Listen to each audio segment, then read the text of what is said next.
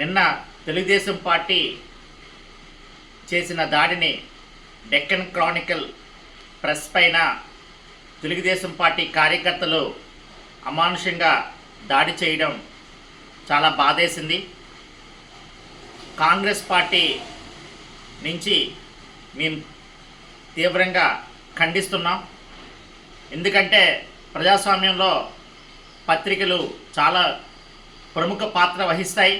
అటువంటి పత్రికలపైన ఏమైనా మీకు నచ్చని విధంగా రాసి ఉంటే వాటిపైన ప్రెస్ మీట్ పెట్టో మరి మీరు అధికారంలో ఉన్నారు. అధికారులు ఉన్నప్పుడు పార్టీ నుంచి మీ ఎమ్మెల్యేలు ఉన్నారు, మంత్రులు ఉన్నారు, ఎంపీలు ఉన్నారు. పార్టీ నుంచి మీరు వివరణ ఇవ్వాలి తప్పించి ఆఫీసులపైకి వెళ్ళి దాడి చేయడం అనేది ప్రజాస్వామ్యంలో ఇది తగదు.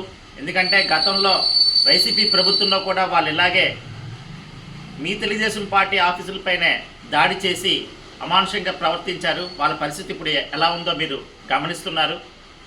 కాబట్టి మీరు కూడా అదే విధంగా ప్రవర్తించడం అనేది ఇది చాలా అన్యాయం. కాబట్టి ఈ దాడిని నేను తీవ్రంగా ఖండిస్తున్నాను.